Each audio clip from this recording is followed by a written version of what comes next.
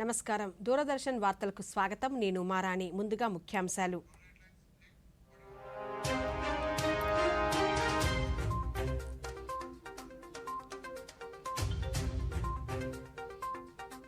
దేశ రాజధాని ఢిల్లీలో పీఎం స్వనిధి పంపిణీలో పాల్గొన్న ప్రధాని నరేంద్ర మోదీ వీధి వ్యాపారుల సంక్షేమానికి కేంద్రం కట్టుబడి ఉందని స్పష్టీకరణ. కర్నూలు జిల్లాలో న్యాయ విశ్వవిద్యాలయానికి శంకుస్థాపన చేసిన సీఎం జగన్ న్యాయ రాజధానిలో భాగంగా ఏర్పాటు చేస్తున్నట్లు స్పష్టీకరణ. ఆంధ్రప్రదేశ్ హైకోర్టుకు మరో 2 న్యాయమూర్తులు ప్రమాణ స్వీకారం చేయించిన ప్రధాన న్యాయమూర్తి జస్టిస్ ధీరజ్ సింగ్ ఠాకూర్. పిఠాపురం నుంచి పోటీ చేస్తానంటూ ప్రకటించిన జనసేన అధినేత పవన్ కళ్యాణ్ పార్టీ 2వ జాబితా అభ్యర్థిత్వాలను ఖరారు చేసిన అధిష్టానం.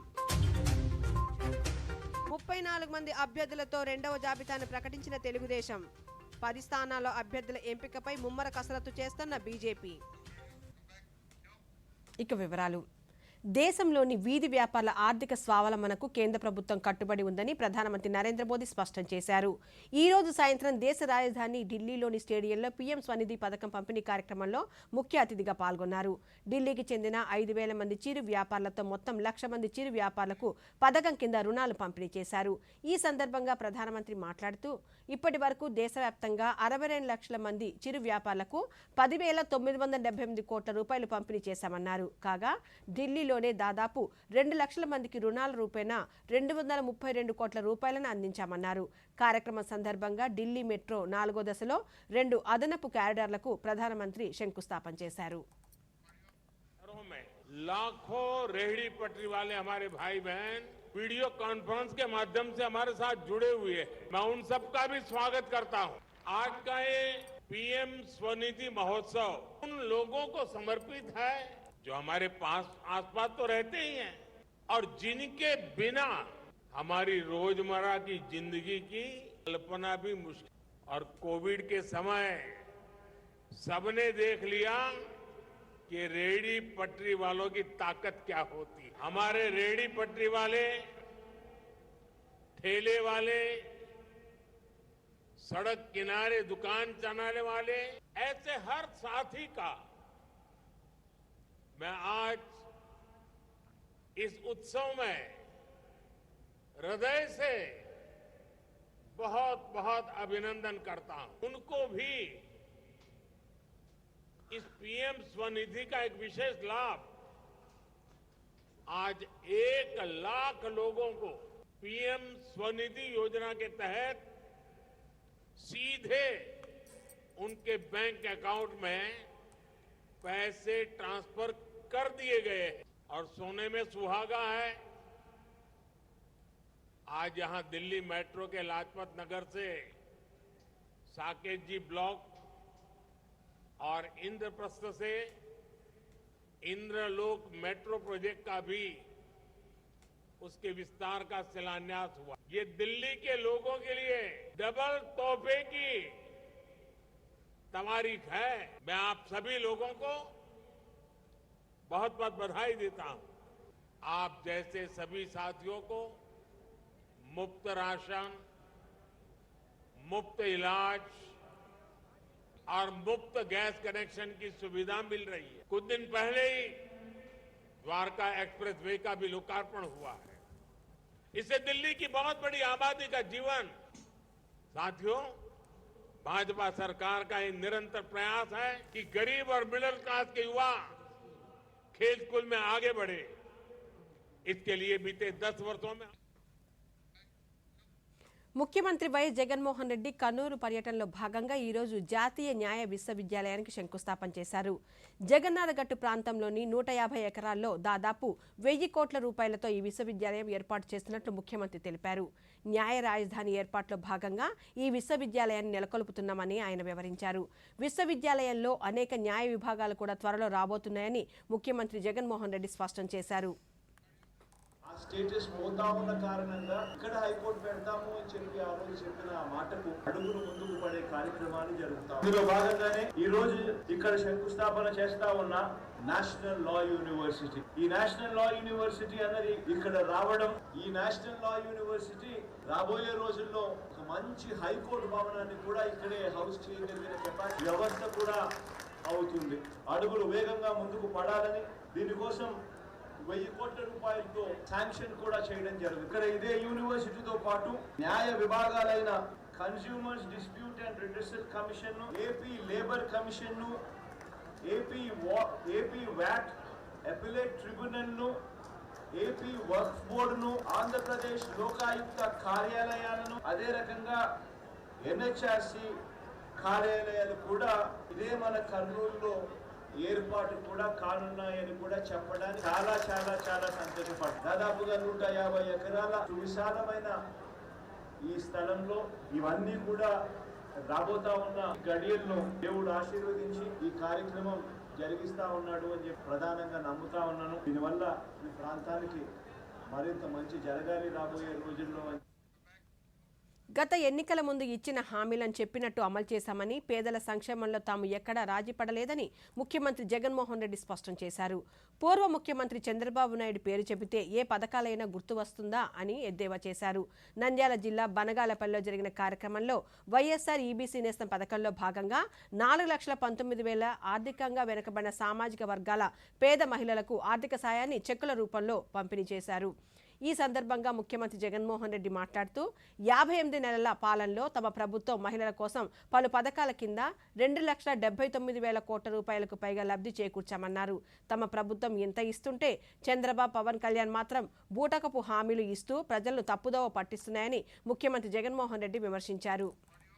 మంచి చేస్తూ ఈరోజు మనందరి ప్రభుత్వం అమలు చేస్తా ఉన్న వైఎస్ఆర్ ఈబీసీ నేస్తం అనే ఈ పథకంతో 45 సంవత్సరాల నుంచి 60 సంవత్సరాల మధ్యలో ఆ వయసులో ఉన్న నా అక్క చెల్లెమ్మలందరికీ రెడ్డి, కమ్మ, ఆర్యవైశ్య, క్షత్రియ, వలమ, బ్రాహ్మణ తదితర ఓసీల్లో ఉన్న అక్క చెల్లెమ్మలకు వారికి కూడా ఆర్థిక స్వావలంబన కలిగిస్తూ వారిని కూడా ఆదుకుంటూ ప్రతి ఏటా 15,000 రూపాయలు చొప్పున అదే అక్క చెల్లెమ్మలకు వరుసగా చెయ్యి పట్టుకుని నడిపిస్తూ తోడుగా ఉంటూ 3 ఏళ్ల పాటు ఆ అక్క చెల్లెమ్మలకు సహాయం అందించే కార్యక్రమమే ఈ వైఎస్ఆర్ ఈబీసీ నేస్తం అనే ఈ పథకం. పేదరికానికి కులం ఉండదు. పేదవాడు ఎక్కడ ఉన్నా కూడా వారికి తోడుగా ఉండగలిగే మనసు ప్రభుత్వంలో ఉన్న వారికి పెద్దలకు ఉండాలి. ఆదుకునే గుణం ఉండాలి. తోడుగా నిలబడాలి అనే ఆరాటం ఉండాలి. వాస్తవంగా చెప్పాలి అనంటే ఈ వైఎస్ఆర్ ఈబీసీ నేస్తం గాని, వైఎస్ఆర్ కాపు నేస్తం గాని ఈ 2 పథకాలు మన మేనిఫెస్టోలో ఎన్నికల ప్రణాళికలో పెట్టినవి కాదు. అయినా కూడా వాళ్లకు తోడుగా ఉండాలి అని, వాళ్ళల్లో ఉన్న పేదరికంలో ఉన్న నా అక్క చెల్లెమ్మలకు కూడా అండగా ఉండాలని, పేదరికం వల్ల వాళ్ళు ఇబ్బందులు పడే పరిస్థితి రాకూడదని వాళ్ళ కోసం కూడా అడుగులు వేసిన ప్రభుత్వం మీ బిడ్డ ప్రభుత్వం అని కూడా చెప్పడానికి ఈ సందర్భంగా గర్వపడతా ఉన్నాను. ఆంధ్రప్రదేశ్ హైకోర్టులో మరో 2 న్యాయమూర్తులు ఈరోజు ప్రమాణం చేశారు. జస్టిస్ బొప్పన వరాహ లక్ష్మీ నరసింహ చక్రవర్తి, జస్టిస్ తల్లాప్రగడ మల్లికార్జునరావులు బాధ్యతలు చేపట్టిన వారిలో ఉన్నారు. ఈ మేరకు హైకోర్టులోని మొదటి కోర్టు హాల్లో జరిగిన కార్యక్రమంలో కొత్త న్యాయమూర్తులతో ప్రధాన న్యాయమూర్తి జస్టిస్ ధీరజ్ సింగ్ ఠాకూర్ ప్రమాణం చేయించారు. కాగా వీరిద్దరూ హైకోర్టులో అదనపు న్యాయమూర్తులుగా పనిచేస్తూ ఉన్నతి పొందారు.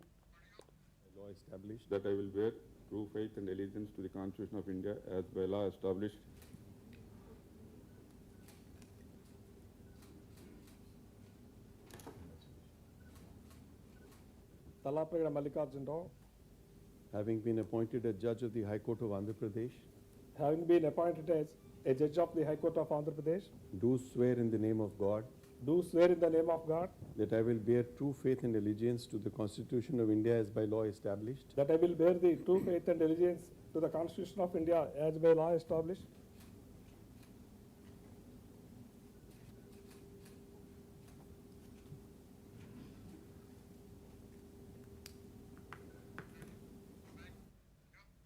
వేతనాలకు సంబంధించిన సమస్యలను ఒప్పంద పొరుగు సేవల ఉద్యోగులు, ఉద్యోగ సంఘాల ప్రతినిధులు ఈ నెల 19వ తేదీన ఆయా జిల్లాల వైద్య ఆరోగ్య శాఖ అధికారుల దృష్టికి తీసుకువెళ్లాలని ఆరోగ్య కుటుంబ సంక్షేమ శాఖ కమిషనర్ జె. నివాస్ తెలిపారు.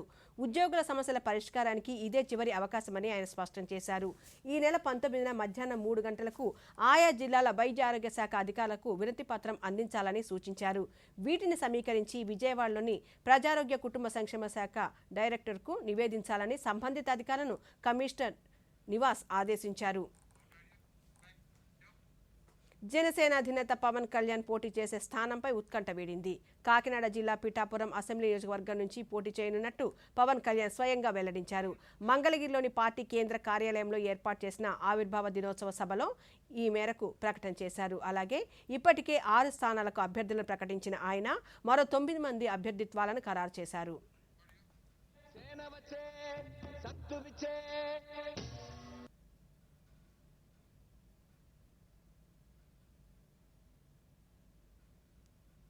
నేను పోటీ చేద్దాం అనుకుంది ఎమ్మెల్యే గానా ఎంపీ గానా అని అనుకున్నాను.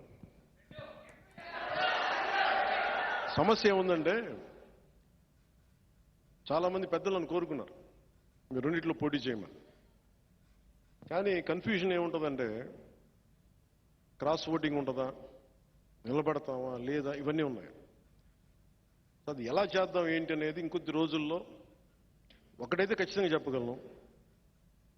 నిన్న భీమవరం పులపర్తి ఆంజనేయులు గారికి ఇచ్చాను. తిరుపతి ఏమో మన జంగ శ్రీనివాసులు గారికి ఇచ్చాను. గాజువాకేమో తెలుగుదేశం వాళ్ళు తీసేసుకున్నారు అనుకుంటాను ప్రస్తుతానికి. సో పోనీ పిఠాపురం తీసుకుందామంటే మా ఉదయ్ ఉన్నాడు ఇక్కడ. సో ఉదయ్ని ఏం అడగాలి తెలియట్లే. సో ఉదయ్ని అడిగి పిఠాపురం ఖాయం చేసుకోమని చెప్తాను. జనసేన పవన్ కళ్యాణ్ పిఠాపురం నుంచి పోటీ చేస్తారు. కాగా తెలుగుదేశం పార్టీ తమ అభ్యర్థుల 2వ జాబితాను విడుదల చేసింది. 34 మందితో కూడిన జాబితాలో 27 మంది పురుషులు, 7 మహిళలు ఉన్నారు. అభ్యర్థుల్లో 1 PhD, 11 మంది పోస్ట్ గ్రాడ్యుయేషన్, 9 మంది డిగ్రీ, 8 మంది ఇంటర్ చదివిన వారు కాగా 10th పూర్తి చేసిన వారు 5 ఉన్నారు. రానున్న ఎన్నికలకు టీడీపీ, జనసేన, బీజేపీ పొత్తు కుదుర్చుకున్న విషయం తెలిసిందే. సీట్ల సర్దుబాటులో భాగంగా తెలుగుదేశం 144 అసెంబ్లీ స్థానాల్లో పోటీ చేయనుంది. ఫిబ్రవరి 24న 94 మందితో తొలి జాబితా ప్రకటించగా తాజాగా 2వ విడతలో అభ్యర్థిత్వాలను ఖరారు చేసింది. మరో 16 స్థానాల్లో అభ్యర్థులను ప్రకటించాల్సి ఉంది. అటు భారతీయ జనతా పార్టీ సైతం తమ పార్టీ పోటీ చేసే 10 అసెంబ్లీ స్థానాల అభ్యర్థుల ఎంపికపై కసరత్తు చేస్తోంది. టీడీపీ, జనసేనతో పొత్తులో భాగంగా విశాఖ ఉత్తరం, శ్రీకాకుళం, పాడేరు, అనపర్తి, కైకలూరు, విజయవాడ పశ్చిమ, బద్వేలు, జమ్మలమడుగు, ధర్మవరం, ఆదోని నియోజకవర్గాల నుంచి ఆ పార్టీ పోటీ చేయనుంది. ప్రాథమిక సమాచారం మేరకు విశాఖ ఉత్తరం నుంచి సీనియర్ నేత విష్ణుకుమార్ రాజుతో పాటు మరొకరి పేరు, కైకలూరు నుంచి పార్టీ జాతీయ కార్యవర్గ సభ్యులు సోము వీర్రాజు, జమ్మలమడుగు నుంచి మాజీ మంత్రి ఆదినారాయణ రెడ్డి పేర్లను పరిశీలిస్తోంది. అలాగే బద్వేల్ నుంచి సురేష్, ధర్మవరం నుంచి మాజీ ఎమ్మెల్యే గోనుగుంట్ల సూర్యనారాయణ, ఆదోని నుంచి కర్నూలు జిల్లా బీజేపీ అధ్యక్షులు కొనిగిరి నీలకంఠం, శ్రీకాకుళం నుంచి పార్టీ రాష్ట్ర కార్యదర్శి కె. సురేంద్ర మోహన్ పేర్లు పరిశీలనలో ఉన్నాయి.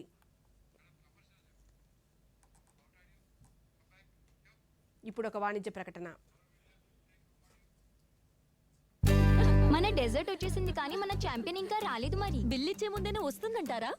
సో గర్ల్స్, ఏంటట సంగతి? బిల్లట సంగతి ఏది నీ కాడి పిన్ని. ఆర్బీఐ అంటుంది మీ పిన్, ఓటీపీ, సివివి లేదా ఇంటర్నెట్ బ్యాంకింగ్ పాస్వర్డ్ ఎవరికీ ఇవ్వొద్దు. ఆన్లైన్ బ్యాంకింగ్ మీ సొంత కంప్యూటర్, మొబైల్ ఇంకా సెక్యూర్ నెట్వర్క్ నుంచే చెయ్యండి. తినడం ఛాంపియన్షిప్ జరిగిందా? ఆర్బీఐ అంటుంది విషయాలు తెలుసుకోండి, జాగరూకంగా ఉండండి. క్యూఆర్ కోడ్ స్కాన్ చేయండి, 5000 క్యాష్ బ్యాక్ పొందండి. అరే బా, భలేగుందే. చిక్కుకున్నాడు. యూపీఐ పిన్ ఎంటరింగ్ కేవలం డబ్బు పంపడానికేనా? ఆర్బీఐ అంటోంది తెలివిగా ఆలోచించండి, అప్రమత్తంగా ఉండండి.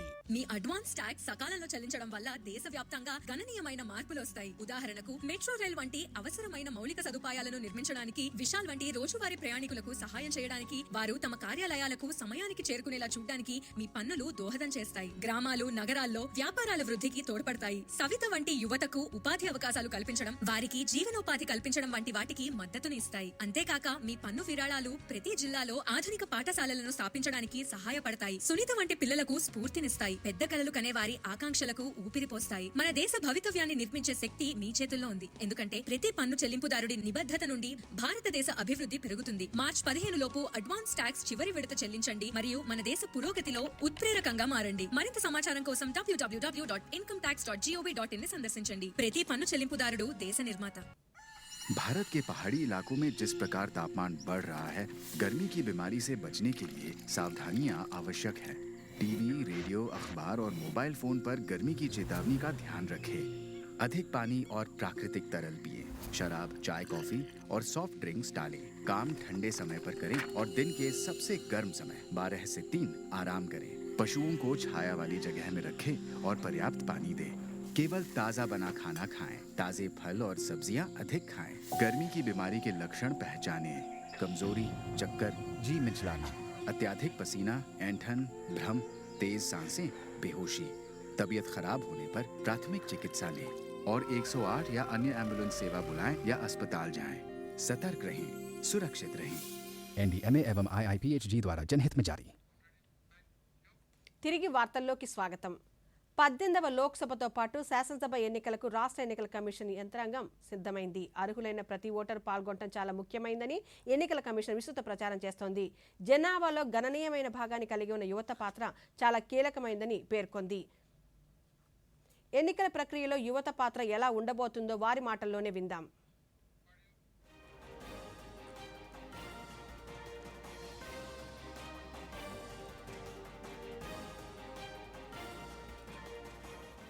ఓట్ అనేది ప్రతి ఒక్కరికి చాలా ఇంపార్టెంట్. అది మనం వినియోగించే దాన్ని బట్టి ఉంటుంది. Choose the right person at the right time. మీరు క్యాస్ట్ అవేమీ చూసుకోకుండా డైరెక్ట్గా మీరు సొసైటీ కోసం సొసైటీ అవేర్నెస్ చూసి ఏమేమి చేంజెస్ ఉన్నాయి, ఎలాంటి డెవలప్మెంట్ కావాలి అవన్నీ చూసుకొని ఓట్ వేస్తే మన ఫ్యూచర్ డెవలప్మెంట్ని మనమే చూసుకున్నట్టు అవుతుంది. మన ఫ్యూచర్ ఎలా ఉంటుందని డిసైడ్ అవుతుంది. యాక్చువల్లీ మనం ఎవరినన్నా ఎన్నుకునేటప్పుడు the consequences that we face వచ్చేసి డబ్బులు ఇస్తే ఓట్ వేయడము అలాంటివన్నీ చేస్తూ ఉంటాము. బట్ అది కరెక్ట్ కాదు అని నా ఫీలింగ్. అఫ్ కోర్స్ అందరూ అదే అనుకుంటారు. డెమోక్రసీ మంచిగా ఉండాలి అంటే దాంతో మెయిన్గా యూత్ ఎక్కువ పార్టిసిపేట్ చేస్తారు. Before you vote think twice. Right person మీరు ఎవరినైతే ఎన్నుకుంటున్నారో వాళ్ళని మీకు ఏదో ఇస్తున్నారు అలా కాకుండా మీరు ఓట్ చేసేటప్పుడు వాళ్ళు మీకు కరెక్టా కాదా అని ఒకసారి చూసుకొని ఓట్ చేయాలి. So my opinion about vote is, I think it is very important to choose our representative wisely, and we have right to vote. People have struggled a lot for the vote, so I think we have to utilize that. We have to vote for the right person. Our one vote is going to make a huge impact in the government. So mana vote ni double ki ammukokunda మనం కరెక్ట్గా vote వేస్తే మనం 5 years బానిసల్లాగా బ్రతకాల్సిన అవసరం ఉండదు. Vote అనేది మన right. Olden డేస్లో vote కోసం ఎంతో ఫైట్ చేసి ఉమెన్ ఓటు తెప్పించారు. ఈవెన్ ఎందుకు ఓట్ వేయాలి అంటే ఇండియా అనేది డెమోక్రటిక్ కంట్రీలో ప్రతి ఒక్కరికి ఛాన్స్ ఉంటుంది మన ఒపీనియన్ తెలియజేయడానికి. Even 1 vote changes anything. కాబట్టి ప్రతి ఒక్కరు ఓటు వేయాలి. అండ్ ఓటుని నోటుకు అమ్ముకోకూడదు. ఈవెన్ మీకు పైన ఆ లిస్టెడ్ పీపుల్స్ నచ్చకపోతే కింద నోటా అనే ఆప్షన్ గవర్నమెంట్ ప్రొవైడ్ చేస్తుంది. Even if you use that also.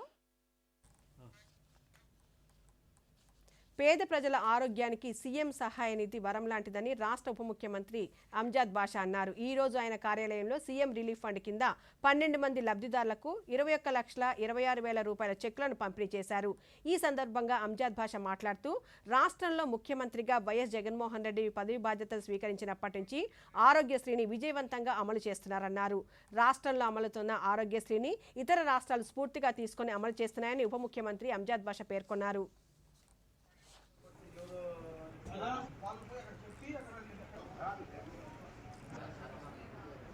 Kadapa నగరానికి సంబంధించి 12 మందికి సీఎం సహాయ నిధి కింద 21,26,000 రూపాయల చెక్కులను మరి ఈరోజు వాళ్ళకు అందజేయడం జరిగింది.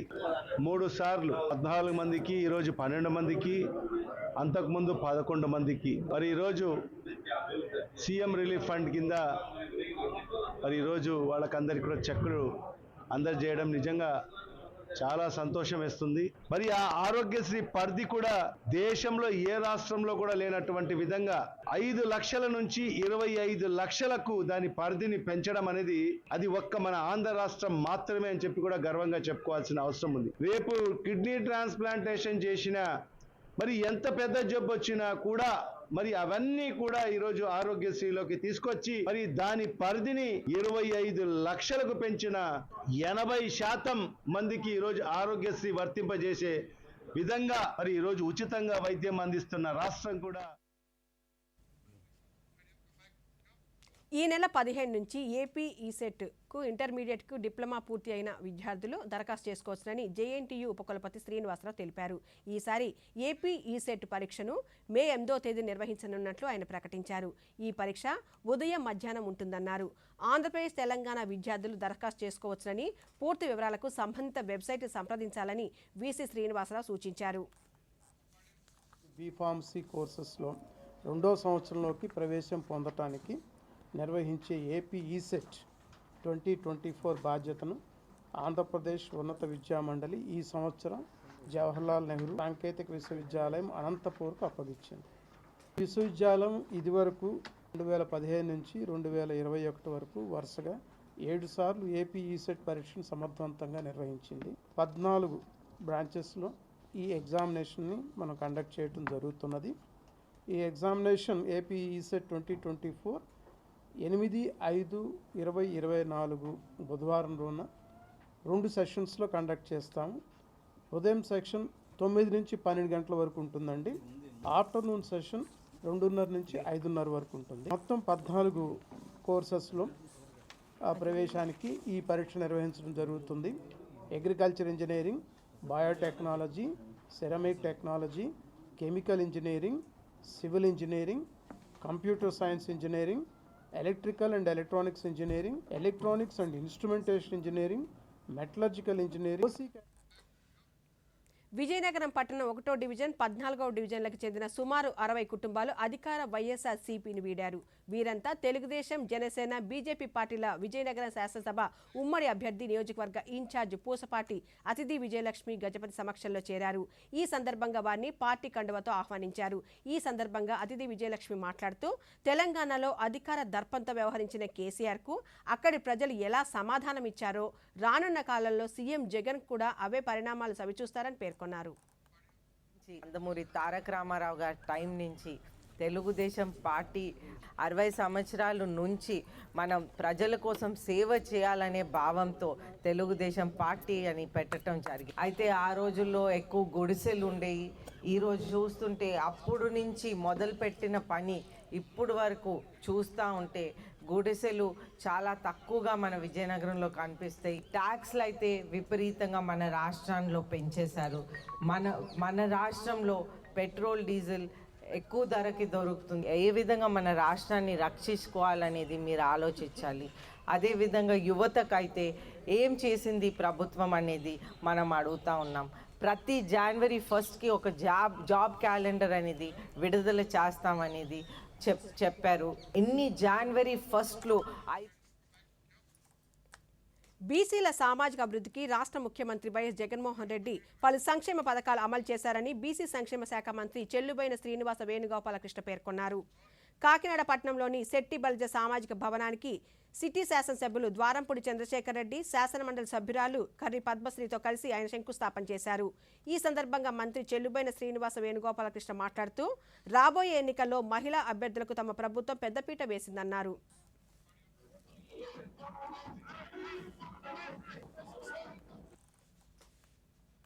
ఆ భావన కానీ ఎక్కడో గుడాలి గోపి, గూడూరు శ్రీనివాస్, గూడూరి ఉమాబాల, చెల్లిపోయిన వేణు, పిల్లి సూర్యప్రకాష్, 5 పోటీ చేసేటువంటి ఒక అవకాశం ఇచ్చాడని ఇంత నమ్మకం ఉండబట్టి ఇచ్చాడు. ఇవాళ నేను యాక్చువల్ గా ఆయనతో వెళ్ళాలి. ఈబీసీ నేస్తం రిలీజ్ ఇవాళ, ఈబీసీ నేస్తం రిలీజ్ కి మీరందరూ ఆలోచించండి. విజ్ఞానం మీరందరూ ఈ రాష్ట్రానికి సామాజిక వర్గం గర్వపడేటటువంటి ఒక స్థితి కల్పించినటువంటి దాంట్లో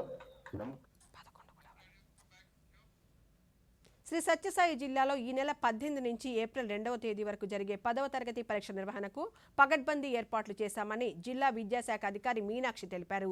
కొత్త చెరువులోని డీఈఓ కార్యాలయంలో నిర్వహించిన మీడియా సమావేశంలో ఆమె వివరాలను వెల్లడించారు. జిల్లా వ్యాప్తంగా 49,000 మంది విద్యార్థులు పరీక్షలు రాయనున్నారని తెలిపారు.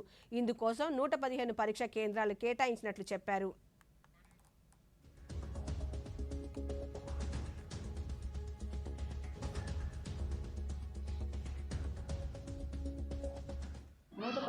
సెంటర్లకు 115 మంది చీఫ్లను అలాట్ చేశాము. తర్వాత 115 మంది డీఓలను కూడా అలాట్ చేశాము. ఈ స్ట్రెంత్ ఎక్కడైతే 300 దాటింటుందో అక్కడ అడిషనల్ డీఓని కూడా ఇచ్చాం. ఈ మొత్తం 115 సెంటర్లకు కాను ఇన్విజిలేటర్స్ 1250 మంది ఉన్నారు. పోలీస్ డిపార్ట్మెంట్ వాళ్ళను మనకు ప్రధానమంత్రి నరేంద్ర మోదీ ఆహ్వానం మేరకు 5 రోజుల అధికారిక పర్యటనలో భాగంగా భూటాన్ ప్రధాని షేరింగ్ టోబ్గే భారత్ చేరుకున్నారు. ఈ మేరకు కేంద్ర వినియోగదారుల వ్యవహారాల మంత్రిత్వ శాఖ ప్రతినిధులు కొత్త ఢిల్లీలో ఘన స్వాగతం పలికారు. ఇరు దేశాల మధ్య స్నేహ సంబంధాలకు నిదర్శనమే భూటాన్ ప్రధాని సందర్శన అని విదేశీ వ్యవహారాల మంత్రిత్వ శాఖ తెలిపింది.